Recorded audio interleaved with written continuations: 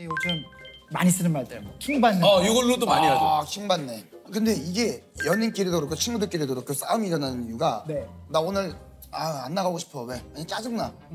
뭐가 짜증나는데? 그치. 그냥 짜증난다니까. 그러니까 뭔지를 알려줘. 아까 그런 말 하지 마. 그냥 짜증나. 나 지금 짜증나니까 말 시키지 마. 그러니까 난 짜증 안 나? 그러는데 진짜 너무 킹 받네 정말 진짜. 왜 킹받냐고. 이게 사실 언어 사용하는 게 사실 좀 에티켓이에요. 사람에 대한 예의고 이게 교감하는 활동인데 이게 섬세한 언어들을 썼을 때 더 정확하게 표현할 수 있고 맞아. 또 상대가 더 잘 이해할 수 있고. 근데 모든 걸 이제 어떤 하나의 말로서 그냥 모든 걸 이제 그냥 넘어가는 것들은 어떤 면에서 좀 게으른 거죠. 교수님의 지금 이 얘기를 들으니까 이 생각이 나요. 그러니까 내 감정을 평소에 표현하고 내 생각과 마음을 정리해서 문장과 단어로 표현을 하는 연습이 돼 있으면 이런 사람과의 대화가 그렇게 네. 버겁지 않거든요. 네. 근데 이런 식으로 조금 지내다 보면 뭔가 내 감정이나 이런 것들을 표현하는 게 오히려 텍스트가 좀 편하고 네, 이런 경우도 좀 있을 것 같아요. 맞아요. 그러니까 사실 이제 언어가 자기 성장을 하는 굉장히 중요한 방법 중에 하나예요. 그래요? 글을 읽고 여러 가지 말들을 이해하고 맞아요. 그 말들로 내 감정을 표현해보고 상대를 이해해보고 그게 나를 이해하고 내 관계를 이해하고 세상을 이해하는 굉장히 좋은 방법이거든요. 여러 가지 요인이 있겠지만 이게 좀 가장 큰 이유는 뭐가 있을까요? 문해력이 떨어지는. 아무래도 이제 우리가 글을 읽고 쓰는 상황, 그다음에 사람들과 언어로 소통하는 이 환경 자체가 굉장히 많이 바뀌었어요. 바뀌었죠. 이제 영상으로 정보를 취하고 그것으로 소통하는 이제 이런 세상이 돼서 글을 읽을 일이 사실 별로 없는 거예요. 그러니까 맞아요. 긴 글 읽는 거 굉장히 어려워하고. 네. 그러니까 예를 들면 대학 교실에서 우리 다음 주에 논문 하나 읽고 공부할 거야 이러면 표정이 안 좋아져. 그다음에 책 한 권 읽고 뭐 써오는 거 이런 것도 굉장히 어려워하고요. 어려워요. 네. 그다음에 이제 학부모님들 아이들한테 야 글 읽어라, 책 읽어라 뭐 이렇게 얘기하지만 가정통신문 안 읽으시거든요. 맞아요. 그것도 싫어요. 재성님 가정통신문 많이 받으시잖아요. 저도 왜냐면 이게 긴 거, 긴 거 어려워요. 아니 그래요. 실제로 이제 코로나 한창 심할 때는 선생님들이 가정통신문을 영상으로 만들어서 보냈어요. 하나도 안 읽으시니까. 맞아요. 그리고 그때는 굉장히 중요한 정보들이 많았잖아요. 맞아요. 언제 오고 안 오고 뭐 격리를 어떻게 하고 이런 게 많았잖아요. 이거 궁금합니다. 그렇다면 이것은 우리나라만 그런 것이냐? 아니면 이제 해외도 이렇습니까? 해외도 이건 저는 거의 전 세계적인 현상이라고 볼 수가 있을 것 같아요. 그러니까 제가 미국의 대학에서 이제 학생들을 좀 가르쳤는데 미국에서는 대학 수업 계획서 굉장히 길거든요. 자세하고. 이제 그거를 첫 시간에 함께 읽어요. 학생들하고. 안 그러면 바로 이메일이 와요. 시험은 언제 보나요? 과제는 어떻게 내나요? 저는 이 수업 시간에 뭘 준비해야 되나요? 그러니까 그렇게 자세하게 써놔도 읽지를 않아요. 줄임말 중에 이런 것도 있어요. 뭐예요? 너무 길어서 안 읽었어. 그 뭐예요? 그래서 too long, didn't read. 그래서 TLDR. 이렇게. 줄임말이 있구나. 이렇게 이제 막 이렇게 해서 뭐 이렇게 보내면은 그냥 그렇게 딱 보내는 거예요. 야, 너무 길어 안 읽어. 짧게 얘기하라고. 그렇게 보내요. 네. TLDR. 왜냐하면 이제 이런 유사성 환경 변화가 우리만 있는 게 아니야. 맞아. 이게 진짜 말씀하신 대로 스마트폰, 우리 잡스 형이 진짜 엄청난 일을 하신 거야. 스마트폰 하나로 우리 세상이 너무 달라졌어요. 완전 달라. 아니 무엇보다 유튜브도 보면 요즘 그런 거 진짜 많아요. 그러니까 긴 영상도 안 보니까 예를 들면 고려사 20분 요약, 뭐 이런 역사도 10분, 뭐 세계사 10분 요약. 야. 그걸 또 2배속으로 보잖아.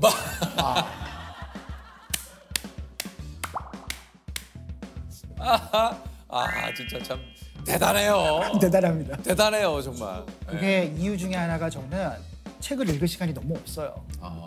책도 그렇고 컨텐츠도 그렇고 너무 많으니까 이걸 우리가 어떻게 골라야 될지도 모르겠고. 맞아요. 요즘 특히 지금과 같은 상황에서 더 중요한 거는 굉장히 많은 정보들이 있잖아요. 너무 많아요. 뭐 뉴스, 기사 네, 엄청나게 많은데 쏟아지죠. 지금 세상에 사실 뭐가 사실인지 아닌지 맞아요. 어떤 것이 좋은 건지 아닌지 나한테 도움이 되는지 판단하기 되게 어려워요. 그러니까 예전에는 학교, 도서관에서만 읽었거든요.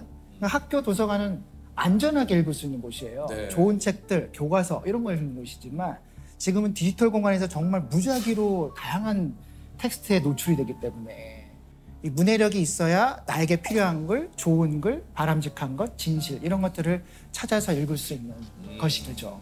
어떻게 해야 사실인지 아닌지 구분할 수 있는 방법도 좀 있습니까? 네, 사실은 이제 개인이 그 팩트 체크라고 그러잖아요. 네. 그거 자체를 하는 거 그렇게 쉬운 일은 아니거든요. 그거 사실 기자들도 하기 어려운 일인데 그거 진짜 어렵죠. 어렵잖아요. 우리가 어떤 정보를 봤을 때 던질 수 있는 질문은 한 3가지 정도 있어요. 뭡니까? 간단하게. 첫 번째는 이 정보 뒤에 누가 있는가.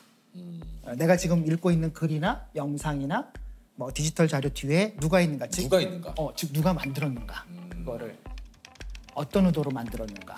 요거 한번 확인할 필요가 있고요. 두 번째는 내가 지금 보고 있는 그 영상이나 글은 어떤 주장들을 하잖아요. 그렇죠. 그럼 이 주장을 뒷받침하는 근거들이 있는가? 그다음에 풍부하게 있는가? 구체적으로 있는가? 세 번째는 이제 요즘 세상엔 뭔가 하나를 읽고 일을 하고 판단하기가 굉장히 어려워요. 어려워요. 네, 그러니까 하나를 읽고 난 다음에 다른 비슷한 것들을 좀 찾아보면서 여기서 말하고 있는 것, 여기서 이야기하는 것이 정말 바람직하고 좋은 것인가, 타당한가 다른 자료를 찾아보면서 그런 것들을 확인하는 방식이 있죠. 이게 좀 가장 경계해야 되는 건 나 자신이다. 이렇게 네. 좀 교수님이 얘기를 하셨다고 그래요. 그렇죠. 요즘 그 글을 읽는 세태 중에 큰 경향성 중에 하나가 읽고 싶은 대로 읽는 거, 해석하고 싶은 대로 해석. 해석하고 싶은 대로. 네. 그리고 또 이제 알고리즘이라는 것이 자꾸 그쪽으로 우리를 유도하잖아요. 그렇죠. 그게 네. 또 알고리즘이 우리를 더 그렇게 하게 만들죠. 맞아요. 보고 싶은 것만 추천을 보게. 해주고. 그렇죠. 네. 보면은 자기가 보고 싶은 것만 보고 맞아요. 클릭하고 끝. 네네네. 제목 헤드라인 보고 끝. 이렇게 맞아요. 되는데 네. 그러다 보면은 이제 소위 자기가 보고 싶은 것, 듣고 싶은 것, 믿고 싶은 것만 보고 듣고 읽게 되는 이제 그런 걸 이제 확증 편향 맞습니다. 이렇게 얘기하죠. 확진 뭐라고? 확증 편향. 편향. 확진 편향. 한쪽으로 치우쳤다. 예. 그러니까 확증 편향이라는 게 내 생각이 이미 기울어져 있는데 기울어져 있는 걸 모르고 그게 맞아 하는 게 확증 편향이에요. 그러니까 내가 나한테 구미에 맞는 것만 계속 읽게 되면 내가 그냥 항상 옳은 사람이 되는 거죠. 그거 정말 무서운 것 같아요. 내가 어떤 그 갇힌 세상에서 고집스러운 세상을 내 스스로 구축하는. 그렇죠. 예. 그리고 그거를 또 보내잖아요. 얘야 한번 읽어봐라. 맞아요. 그러네요. 근데 되게 공유하고 퍼뜨리고. 무서운 이야기인 것 같아요. 네, 사실. 네. 맞아요. 그런 것 같아요. 진짜 이게 한편으로 그런 것도 있어요. 그러니까 요즘 이제 포털에 보면 뭐하러 종이 신문을 읽으세요. 물론 이제 요즘 포털에 보면 그 뭐 다 좋은 그 기사들이 나와 있기 때문에 근데 한편으로 그런 것도 있어요. 제가 종이 신문을 보는 이유는 습관인 이유도 있지만 또 한편으로는 내가 좋아하는 기사만 찾게 되면 아까 말씀한 대로 내 관심사만 보게 되거든요. 다른 부분은 내가 모르니까. 근데 신문을 보면 일단은 내가 몰랐던 부분, 내가 그리고 관심이 없었던 분야도 그 신문을 통해서 알게 되는 거죠. 그래서 저는 종이 신문을 꼭 제가 보는 이유 중에 하나가 또 그런 것도 좀 있죠. 정말 좋은 습관이고 네. 태도인 것 같아요. 근데 네네. 요즘에 그리고 이제 우리가 SNS 소셜 미디어에서 이제 이런 일들이 많이 벌어지는데 그게 소셜 미디어에서 이제 글을 쓰면 사람들이 이제 글을 읽고 댓글을 달잖아요. 네. 댓글을 다는데 그 글의 내용과 취지를 정확하게 이해하지 않은 상태에서 어떤 몇 가지 표현이나 단어나 뭐 이런 것들에 딱 꽂히는 거예요. 그래서 아주 부정적인 이제 결론을 내는 거예요. 그 우리가 이제 뭐라 그러냐면 허수아비의 오류라고 그러는데 허수아비 이런 것도 적어놔야 되겠다. 허수아비의 오류. 그러니까 실제로 이 사람이 그 말을 하지 않았는데 내가 이 사람은 그런 말을 했어라고 허수아비를 하나 만들어요. 그래. 그다음에 맞아. 그 허수아비를 계속 공격하는 거야. 거기다 막 댓글 달고 나쁜 말하고. 나쁜 말을 하고. 그러니까 이게 실제로 글을 쓴 사람은 답답하죠. 내가 한 말은 그 말이 아닌데. 그렇죠. 그렇죠. 그래서 자기 마음대로 재단하고 해석을 해서 그렇죠. 그 이제 글 쓴 사람을 공격을 하는 거죠. 그렇게 되죠. 그러면 이제 의사소통이 거의 안 되죠. 교수님이 그런 얘기를 하셨는데 악플러들은 상대방의 마음을 고려하지 않아요. 맞아요. 예. 기본적으로 소통이고 대화인데 뭔가 그 확인해야 개념이 되는데. 없는 거죠. 그러니까 이게 또 이런 것도 있습니다. 얘기 나온 김에 이게 이제 비판과 비난 이것은 어떻게 구분을 해야 되는가? 비난이라는 것은 사실은 상대의 어떤 잘못된 점들을 이제 끄집어내서 그것에 대해서 이제 물고 늘어지는 게 이제 비난인 것이죠. 네네네. 비판이라는 것은 사실 그렇지 않아요. 비판이라는 것은 근본적으로 우리가 지금 하고 있는 것들을 분명하고 정확하게 관찰하고 이해한 다음에 여기서 어떤 것들을 더 바꿀 수 있을까? 개선할 점이라도. 개선할 점을 생각하는 거예요. 근데 요럴 때가 있어요. 이거는 정말 우리가 봤을 때는 이건 비난인데 아, 왜 비판을 받아들이지 않나요? 왜 비판에 귀 기울이지 않습니까? 라는 분들도 있거든요. 그렇죠. 네. 이제 그런 경우는 설득이 굉장히 안 되는 게 비판이 되기 위해서는 기본적으로 에티켓이 필요한 겁니다. 예의라는 그렇죠. 바로 그렇죠. 그겁니다. 맞아요. 네.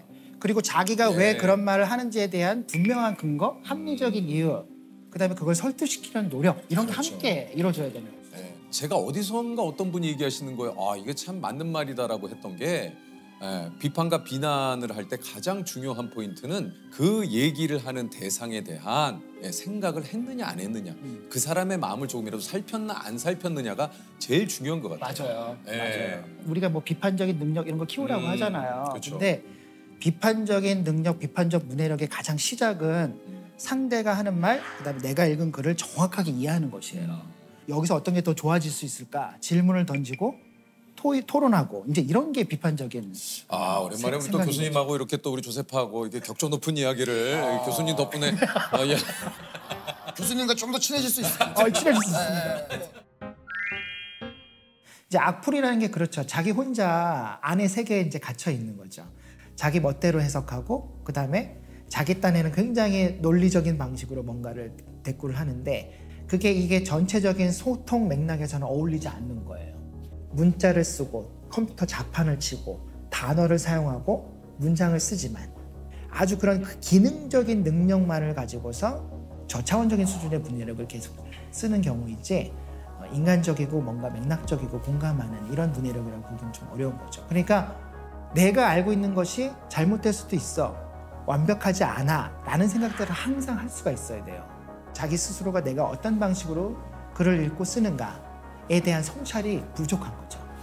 거기까지 나아가야 사실은 문해력은 의미를 갖는다고 얘기할 수 있어요. 그러면 좀 글을 읽을 때 좋은 방법이 좀 있습니까? 이제 책 읽기 어려워하시는 분들이 이런 말씀 많이 하시잖아요. 네. 딴 생각이 너무 많이 난다. 맞아요. 잡생각 많이 난다. 네. 근데 그건 이제 집중해야 된다는 뜻인데 집중 못하는 이유는 여러 가지가 있어요. 뭐 내용이 어렵고 말이 어렵고 너무 두껍고 그다음에 내가 읽고 싶은 마음도 안 들고 뭐 여러 이유가 있는데 이제 그거를 조금 의도적으로 이기는 방법 중에 하나가 이제 저 같은 경우는 책을 읽을 때 거의 연필이나 형광펜을 들고 읽어요. 이거를 그으면서 하세요. 네, 그래서 이제 왜냐하면 저는 읽을 때 항상 어떤 생각을 하냐면 내가 읽으면서 좋은 말은 기억하고 싶다. 이런 생각 굉장히 많이 하거든요. 그 책갈피에 쓰시는 분 계시죠? 쓰는 것도 거기 있고. 사이에다가. 네, 그러니까 이제 그걸 놓치기 싫은 거죠. 맞아. 그러면 연필을 들고 읽으면 내가 딱 읽을 때 내가 좋은 말에 밑줄을 치겠어라는 분명한 목적이 생겨요. 그러니까 집중해서 읽을 수 있게 되는 조금. 더 잘 기억하고 싶으면 2번, 3번 읽고. 맞아요. 그렇게 되는 게 좋죠.